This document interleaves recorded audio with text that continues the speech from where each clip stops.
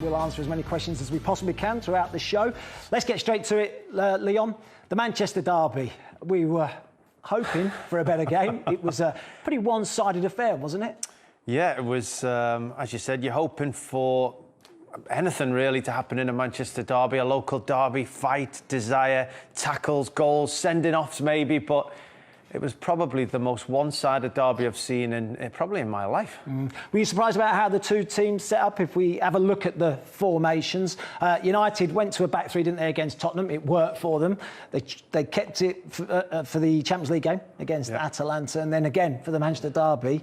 It didn't particularly work, did it, against City because of the way City played without a recognised striker? Yeah, it didn't work, but I wasn't surprised with how they set up. I expected Manchester United to go with that back three, thicken it up in the midfield, try and stop City playing, but Pep was just too clever. His selection wouldn't be far away from what anyone would suggest is his strongest team, but it was how he adapted them on the field, the positions he gave them, going into the wide areas, not just playing as a standard 4-3-3, which showed the difference. That was probably his big call, actually, wasn't it? When you look at the bench for City, Jack Grealish not starting. He's pretty much started every game this season. He's integrated him into the side. He's given him his opportunity, but he left him out the big one.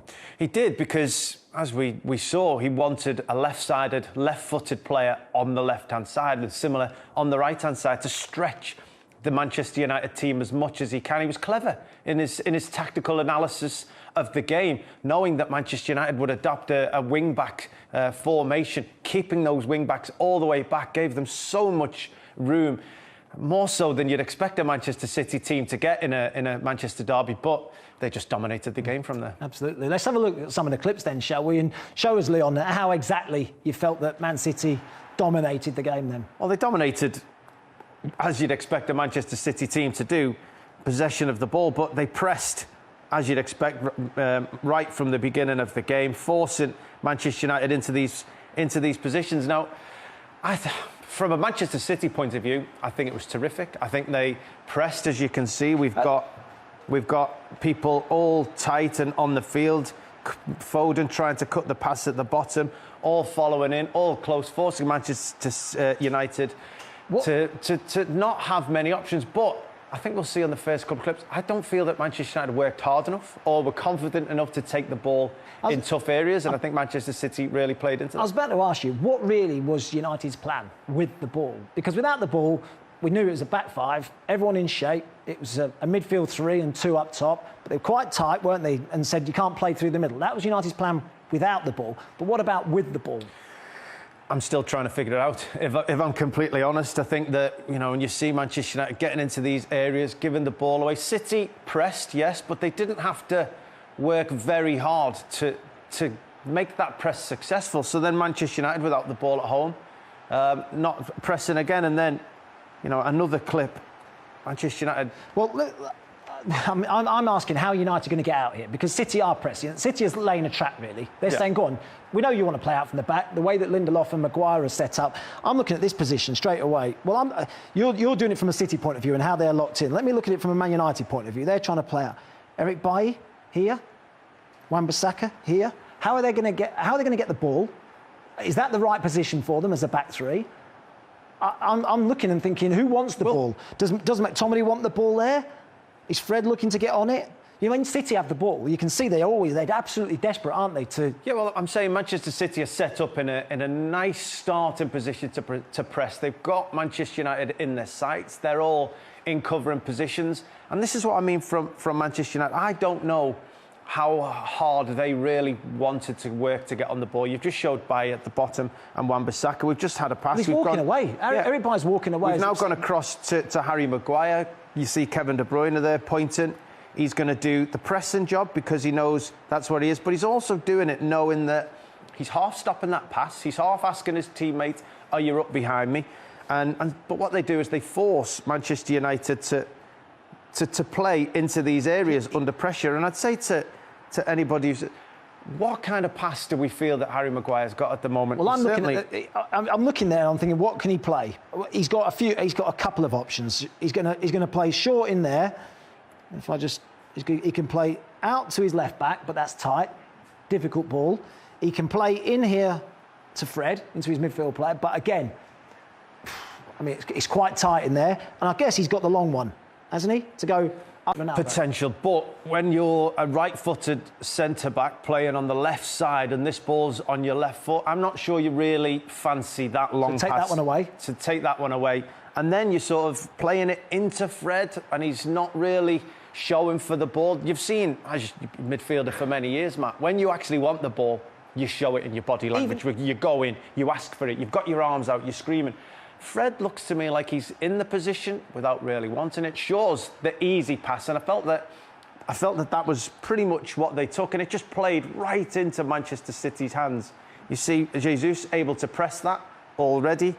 Kevin De Bruyne is now already setting off towards that one. Because he knows it's going back. Because it's going back there. Rodri, I think it is, even though he's playing holding midfield, not restricted Manchester City by the starting position. Well, he's got nothing to worry about behind him. Yeah, but playing the game that's ahead of them, trusting your teammates, knowing and understanding that, yes, I might be the deep holding midfielder and this might be my role and responsibility for the most part, but right now I need to step in. I need to press in. And I think that's why Manchester City completely understand. Well, they dominate the game with the ball, expected. but they're dominating it without the ball as well, aren't they? They're almost setting traps for United and saying, we're going to catch you out by, if you want to play out, which you do want to play out, we'll let you do it. But as soon as you do, we're coming. Yeah, but again, I thought Manchester United made it very easy. Look, they've Lindelof, and I know that you're never going to make that switch, but none of these players have moved. Bruno's not in a position to receive the ball. McTominay certainly isn't in a position to receive the ball. Fred is the only ball, isn't he? Is the only ball that he's potentially got right now. And you contrast that to a Manchester City team that are always showing for the ball, always in position, sometimes for the first pass, but quite often for the second pass. They always say when the man's on the ball, they want 3 or 4 options, don't they? People should be moving to get into a position where you can receive the ball. When City pick the ball up, they've got 3 or 4 options. United have got 1.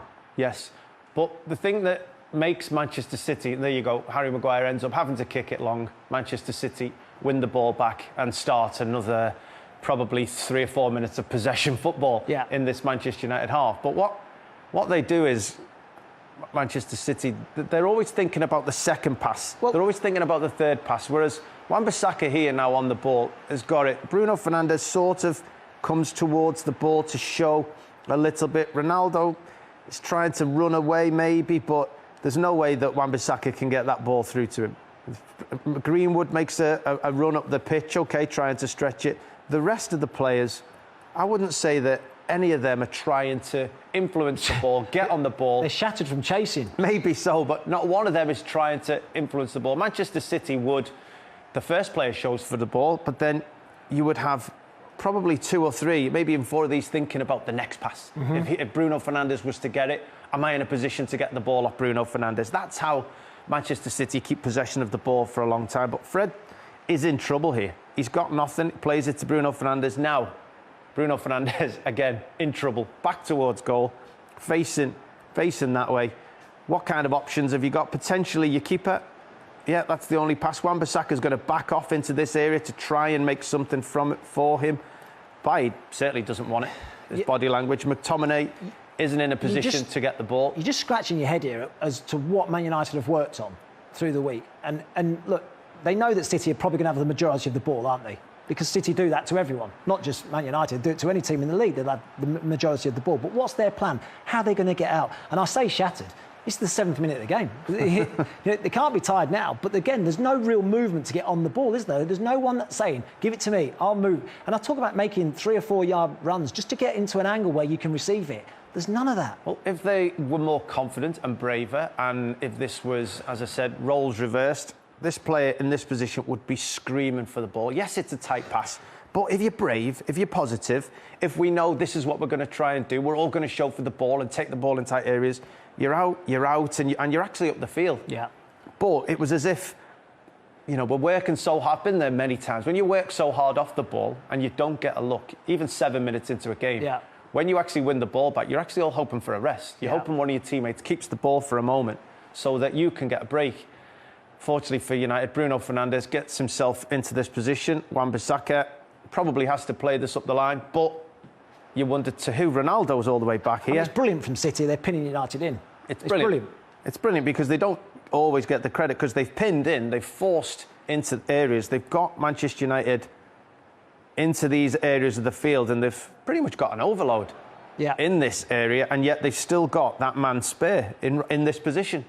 So it's brilliant pressing from Manchester City, but again, I just felt that Man United played into Manchester City's hands during the game. Yeah. Bit like City. They go from two angles, don't they? Side to side. Well, they do, and then obviously they're so quick in transition that it leads to Manchester City creating the opening goal. Now, obviously we've seen it come from here, but it has to be highlighted that just spoke that Manchester United didn't work hard enough in possession of the ball. Well, quite clearly you have to say that they don't work hard enough out of possession of the ball here. They've tried to defend their own penalty area. Ball's come out. You've got Cancelo in this position here, completely unmarked. See, this is where City were really clever, and they overloaded in the wide areas, didn't they? Because United were narrow. The back five were narrow, the midfield three were narrow. You felt that the two wider central midfield players had a lot of work to do. They had a lot of ground to cover, and I'll highlight him, Bruno Fernandes. Now, don't get me wrong, he does nowhere near enough to go and close the ball down. His work rate's not good enough. He has to do better. But look at the distance he's got to travel already. Even that ball does go to Cancelo. He's got a long way to travel. You look at his teammates as well. I mean, this is a midfield three. Manchester United have defended across. They've already got 1, 2, 3, 4, 5, 6, 7 players still inside their own penalty area. Now, that's a dream for Manchester City that they've forced the opposition possession. But I just feel that Manchester United don't quite understand the roles, because I look at Wan-Bissaka as well. Well, I mean, yeah, Wan-Bissaka. So whose role? I think in this position now, Wan-Bissaka's job is Foden. He's probably more dangerous than Cancelo. Yeah. And Bruno Fernandes' job is to get to the ball and stop the cross. That's what I think. I think Wan-Bissaka's in a position there to deal with Phil Foden. Deal with that one, that's fine. You just stay with your man. He's in the centre of the box, deal with that, let Fernandes go and stop the cross. So we'll play it on, and does Fernandes do enough? We get to this point now, the answer is no. He's still the same distance away. He's staying this way, and his body language is bad. But already, Wan-Bissaka has got himself into a position where he's now not marking Foden. He's also not going towards the ball. Bruno Fernandes is showing no desire to stop that cross. It's more of a, as long as you don't beat me 1v1, I'm happy. It's doing nothing for the team. Yeah. It's not protecting your own penalty area. As I said, Wan-Bissaka, instead of being in this position where we would be marking Phil Foden, may be in a position to stop this cross being delivered into that area. He's not there. I also think Bailly is in a terrible position. He's so concerned with Gundogan. I'm hoping that's what he's doing, rather than being in the position that he should be here, where he's in a position just to see the ball onto his foot and clear it, rather than having to stretch back in. And it was just really poor. And Manchester City are the team that are capable of seeing that and taking advantage of it. They put so many crosses in. Yeah, Manchester City. I mean, yeah, they did. So we talk about it starting on the right-hand side, and that's exactly where it did. And in this position here, you're looking at United's back five, and you're thinking, do you know what? 1, 2, 3, 4, 5. Talk about them being narrow. That's how narrow they were. They're very close together. But they're not in a bad position, really, because you're thinking, well, he can deal with him. He can deal with him. That's no problem. He can deal with him. And we've still got 2 spare. It's 5 versus 3. We shouldn't really have a problem here. If I'm going to pause it now, Wan-Bissaka, I'll take it back very slightly. Watch Wan-Bissaka. He has one little glance. If you just keep an eye on Wan-Bissaka, there he is there.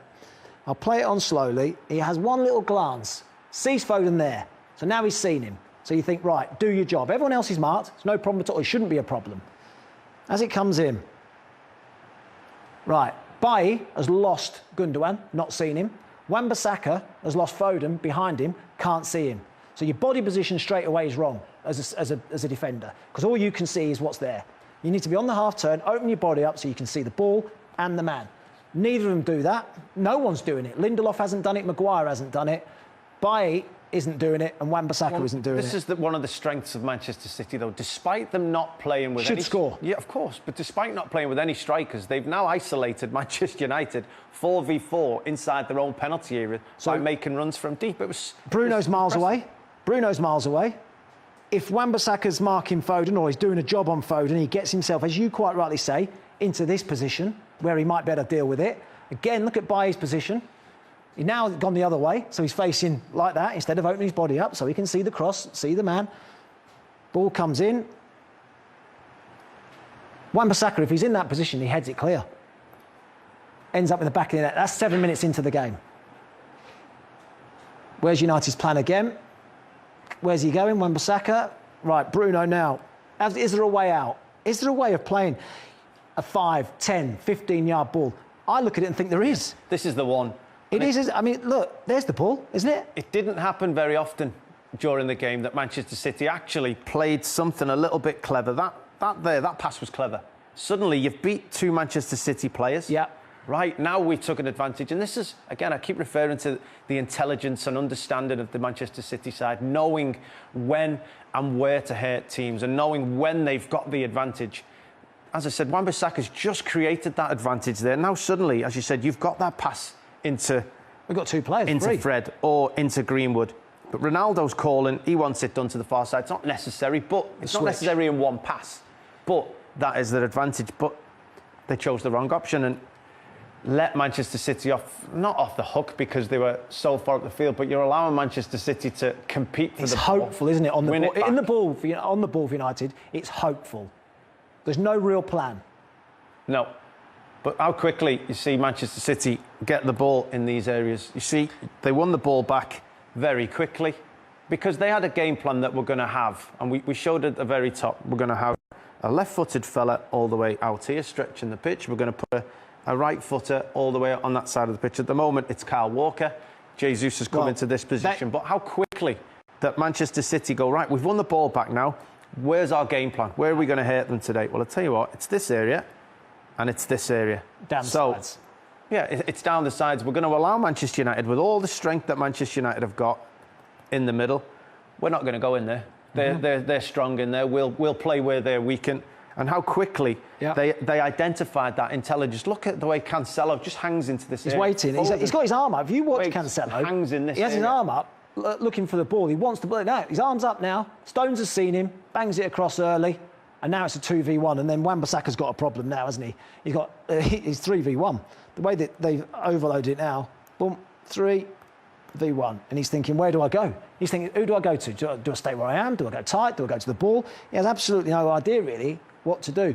Little 1-2, should do better, should stay with Foden. Gets back, gets himself into position. United clear. Can they keep the ball? They didn't keep the ball for more than 2 or 3 passes after they'd won it. It was brilliant. In the whole first half. It was brilliant from City, but it left Ollie scratching his head. He's changed to a back 3 or a back 5 to try and keep them out. The opposition did something to affect that, and I didn't think United reacted quick enough or found the answer to that problem. Yeah. So United thought they were doing the right thing by picking a back 5. City are very good going forward. They're going to have a lot of the ball. That's how we're going to defend. That's how we're going to keep a clean sheet because it's something they haven't done often enough. How did City attack the back 5? Brilliantly. Brilliantly, if we're being honest.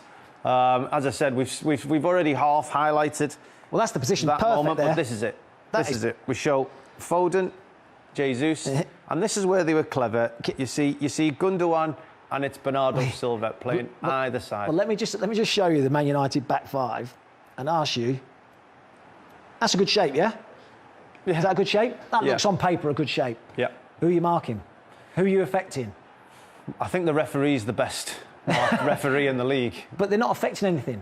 They're not getting tight to anybody, not getting close to anybody. Yeah, you'd even argue that, if you take Manchester United's shape as a whole and you say, right, we've worked on a back 5 and we've worked on a midfield 3, I would argue that they look well drilled. They look like they're in good positions. It was just that Manchester City gave them something to think about and they couldn't find the answers. And Manchester City moved the ball quickly. We've already highlighted the areas at the bottom of the pitch. Well, the areas at the top of the pitch. I think these two were the key. I personally felt the fullbacks were the key. This is Cancelo now on the left-hand side. They're the ones who had time on the ball. Yeah. The way that United was set up as a 5, as a tight 3, as a 2 through the middle. City's spare men were always the fullbacks. They were, but this is why, again, I say that the intelligence of Manchester City's side at the moment, the fullback. Ronaldo's got onto the fullback to stop Kyle Walker operating in because we've showed that the fullbacks hang out into these areas and wait for the ball. So what's happened now? Well, actually, what's happened now is Kevin De Bruyne has thought, there's the space, and that's where we're going to hurt them. So I'll go in there. I won't stand in here. where I'm easy to mark, I'll go and stand in that position. And it was clever. They switched the ball quickly. They rotated the pass. They're always in between United players, aren't they? They're never easily marked. You see these two again at the bottom, not getting sucked into going across the field, staying away at the top. And Manchester United just literally Did you see? Just watch Cancelo. I mean, I think it's brilliant. I'm going to take it back very slightly. I'm going to highlight him because the ball before it goes back out to the right hand side, he's saying, "I want the ball." So here he is. There's Cancelo here. Watch him. Just watch as I play this on slowly. Right, he wants the ball. Look at his reaction. Well, he knows that. Watch him. Slaps his thighs. Give me the ball. We're 2v1. Just give me the ball. 2v1, exactly how they were set up tactically to do it. And again, exactly the same thing. The best marked referee all season. but it's these two again, isn't it? Foden and Jesus. If he'd have picked Grealish, so this is maybe why he didn't pick Jack Grealish. Because I think Jack Grealish wants to come to the ball, he wants to get on the ball, he wants to take people on. As we've seen when Sterling plays on this side, they have a tendency when they dribble to dribble inside. Pep didn't want that. He wanted to constantly make this player in Wan-Bissaka have to come out there, which in turn has a knock-on effect, which in turn makes the pitch seem so big all over the place. Yeah. Manchester City tactically got it right. So it goes down one side, gets tight. So what do? Again, though, they filter it now because the overload's now on the right-hand side, isn't it? You've got Walker now with his arm up. If you highlight Walker, look at the far post. There's Walker. Now he's the one who says, "Look, he's gone down the left-hand side. United have got across. Now we're going to switch it." Yeah, well, yeah, and Bernardo Silva as well. I just highlighted the referee being, the best marked ref in the well, in the Premier League. They've got no job to do, have they? Manchester United, but from an Ole Gunnar Solskjaer point of view, he would say we've worked on defending as a back five. Our three centre-halves aren't in bad positions. His wing-backs aren't. Shaw's a little deep in this moment. We've stopped it, but they're not in bad positions. His midfield three, maybe even a diamond in midfield to stop going through. It was just one that. Up top, yeah. Pep outdone Ole tactically. He saw the back three coming and he played in these positions. Even when the ball pops into the middle, they just wanted to get it out. Again, you highlight Cancelo at the bottom of the pitch. So much time, so much space. They try to attack in these areas, come out. We know we've brought them over. We'll switch it to this side. And this is the simplest one you'll see. I mean, I'll just take this one back. And this is why Manchester United didn't get close to City in this game. Because at the moment, Bernardo Silva's in that position. So he's actually got United defenders near him. They've got 2v. They've got players in the middle that are actually marked. It's a good point. But Bernardo Silva will now just drift into that position and just watch this player, Lindelof, watch McTominay as we just run it on. And he's there's no need for Manchester United to keep all their centre backs at this point. They're all pointing. They're both pointing at him to say, see who's marking him. I actually think there's nothing wrong with Lindelof saying, "Do you know what? I'm going to track him all the way in there." I seem to remember us doing this when Chelsea played against City. And I think it was Rudiger. I think it was Rudiger who did exactly the same thing. When one of the false nines, if you like, goes into a midfield position, he just went, "Well, don't worry about what's behind me. I'll go." And then the other two narrow off. Especially if if you're playing against two centre forwards and a midfielder drops in, you might be in trouble. But they're not marking. Well, ordinarily you say there's a big gap for someone to run through. City aren't necessarily going to run in over the top anyway. But Harry Maguire can quite easily narrow off, can't he? Eric Bailly can narrow off, and that lets Lindelof go in through the middle. Of course, but look, Bernardo Silva's come deep. Manchester United's defenders again are marking the referee. Manchester City have switched it out to this side. And what about Wan-Bissaka now? And then you've got Wan-Bissaka. I mean, I actually need to because I want to highlight two things here. Just talk about poor decision-making. So you're right, Wan-Bissaka is already on the move into this position. For some reason, he thinks that that's more dangerous than marking Phil Foden in this moment. You can do that if Eric Bailly is aware and wants to make sure he's over into that position. You can press. You can do it if you're told to do it. If Eric Bailly is saying to you, "You push in on Cancelo, I've got Foden." Other than that, you've always told Matt, you're the same. Stay where you are. Yeah, stay where you are.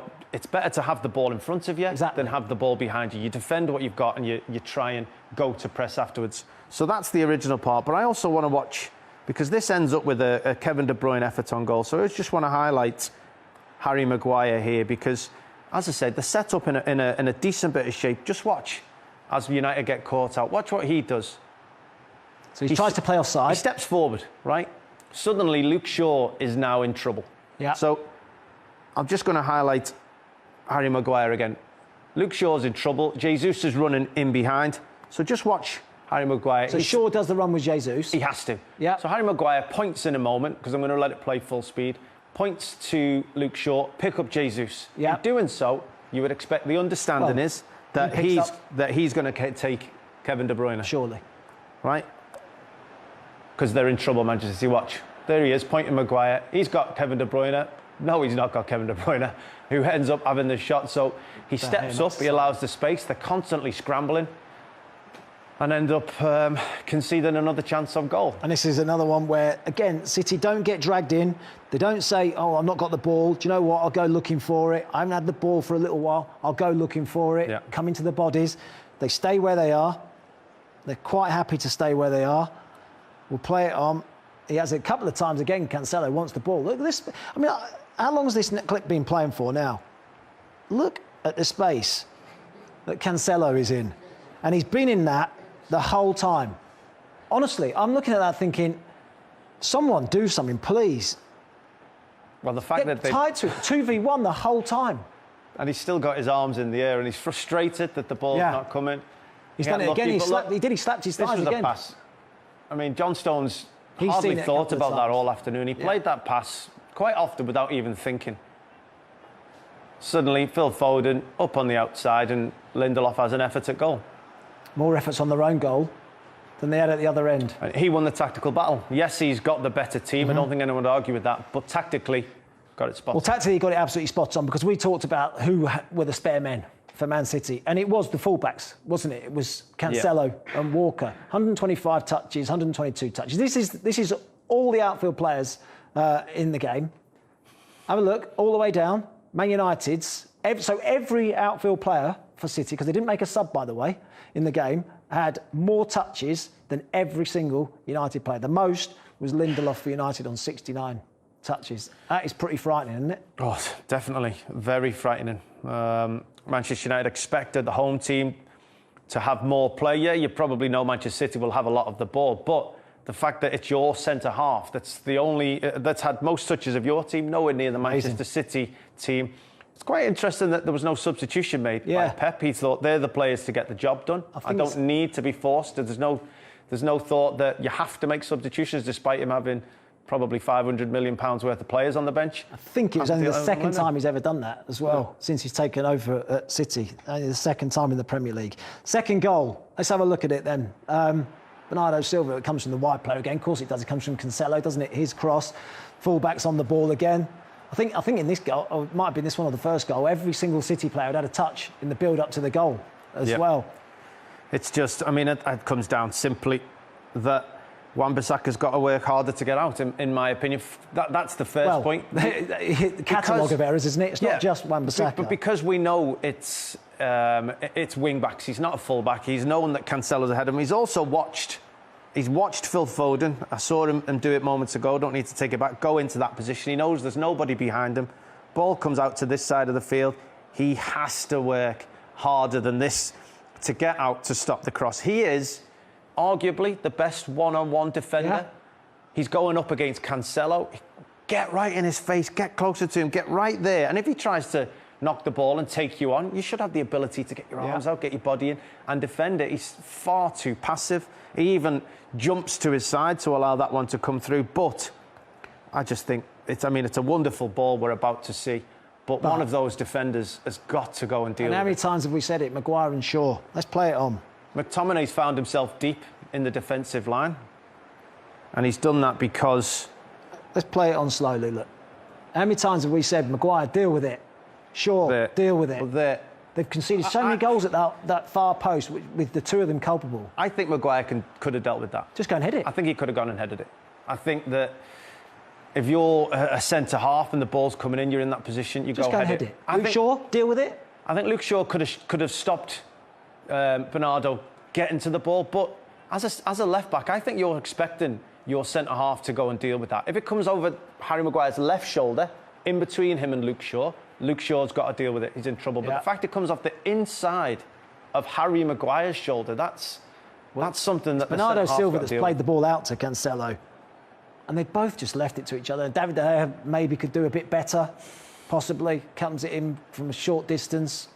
He doesn't cover himself with glory. I mean, he'd had a wonderful first half. He did. He kept it down De to 2. as well, yeah, up until that point, but just didn't deal with that very well. Certainly an unorthodox.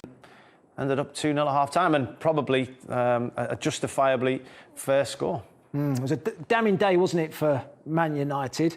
If we look at this graphic, this is, I think, highlights it.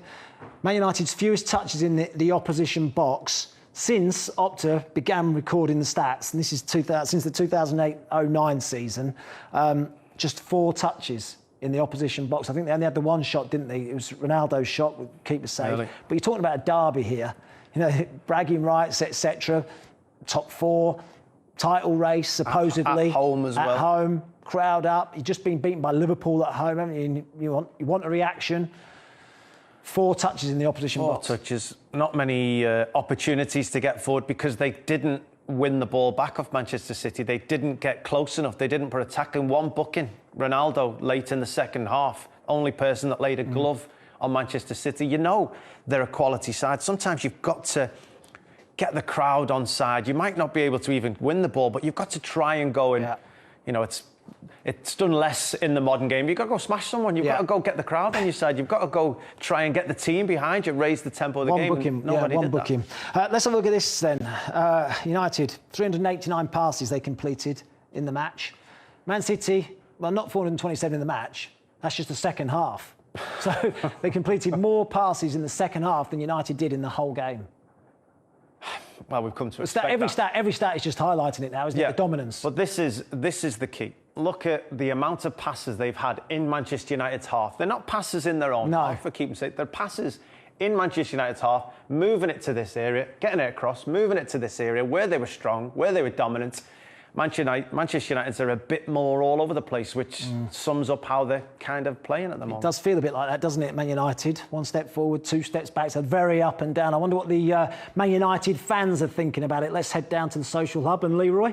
Yeah, I've got so much reaction to this, Matt. BK says, Leroy, watching the derby, remembered one of your lectures about the back 3. He said, at Spurs, Lindelof got out to help Aaron Wan-Bissaka, but Bailly didn't. Are they more comfortable with Varane in the middle of that 3? What do you think, guys? Wow. I mean, I've been saying it. Without Varane, it's been a big problem for them. I mean, they weren't perfect with Varane, Leroy. Yeah. You know, they were still conceding goals, but you look at the damaging defeats they've had without him. And as soon as he came back into it against Tottenham, and I know he picked up an injury in that game, he just looked so much more assured. Yeah, and I mean, he might well be the organiser, and you always need an organiser in defence. But what he is, he's completely confident in his own ability, so he knows that I'll do my job. Now I can go and tell you to go and do your job. You go out there, Lindelof, you do your job. I'm happy being 1v1. And I just felt that Manchester United were happy to be in their positions and, will you help me out a little bit? And you stay in here and we'll make sure we're secure. And I think that Varane gives you that confidence. Yeah, I think you're absolutely right. I think it's Varane's essential one. It's important that when Lindelof's outside him, Lindelof could play fullback quite comfortably. But when you've got Maguire and Bailly, who are both out and out centre halves, they don't want to be pulled out of that area, and that's why United was so tucked in and it played into Man City's hands. Carlos says Ollie seems to be not to be comfortable at Old Trafford. Every lineup is like he's trying out something new. He says, I don't think he knows Man United's best game. Do you think that's a point, boys? Do you know Man United's best team? I don't know Manchester United's best team. I don't think Ollie knows Manchester United's best team. I think Cavani was missed at the weekend. I think he has an intensity about him up top. You know, we talked about United's pressing. I think he was missed. I think Varane was missed. We just talked about Varane as well. But I don't know. I couldn't tell you what United's best team is.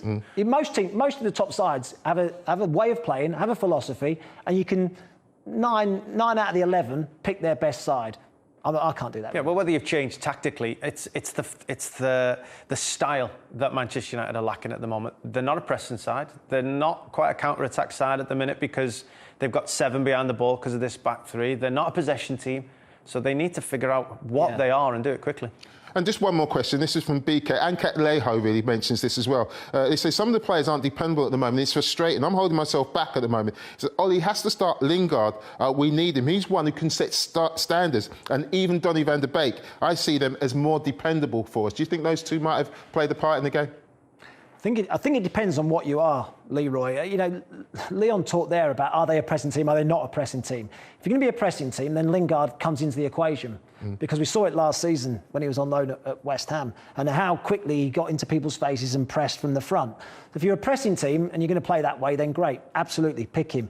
Are you going to pick wide players? If you're going to do that, then Jadon Sancho comes into the equation. Ollie talked about in that game there against City how they didn't move. They didn't move 5-6 yards just to get a little angle to get a pass. That's what Donny van de Beek does. So there's lots of things there that he's saying they don't do, and yet there's players on the bench that he's not playing. Yeah. So certainly I think that there's a few players there that deserve an opportunity, having seen what we've seen from United so far this season. Yeah, I think you're absolutely right. Look, I just want a couple of clips from the weekend which I found quite amusing. And this is the Man City's second goal. And I was watching this. It's coming towards the end of the second half, and I'm kind of getting ready to go out and get a cup of tea in the kitchen. And as the game's being played on and waiting for the whistle to blow, and Cancelo gets the ball here, I'm just going to slow this down. And as the ball goes across, we know what happens. You know, Bernardo Silva sticks it in the back of the net. But who knows that it's gone in the back of the net? I'm just going to pause it here, because the other one who seems to know for me is Kevin De Bruyne knows. I think Gundogan knows. Jesus, not a clue. Foden's running because he thinks it's a corner. From Man United's point of view, only Bernardo Silva knows. Luke Shaw is just about to find out. And it just made me giggle. But I thought Bernardo's reaction was even better than all of those. And as the ball goes in, I'm just going to slow it down here. You see him getting on the back post. And look, it's so brave because he started it back in his own half. And as he just gets up there, I'm just going to pause it there and play it very slowly. Just look at him. Not a clue. Where is it? What? Oh, it's in the goal. It's in the goal. Oh, my God. Oh, yes, I can celebrate now. It was brilliant. I just thought it was absolutely fantastic and I absolutely loved it. One man who did know how to celebrate and was right on point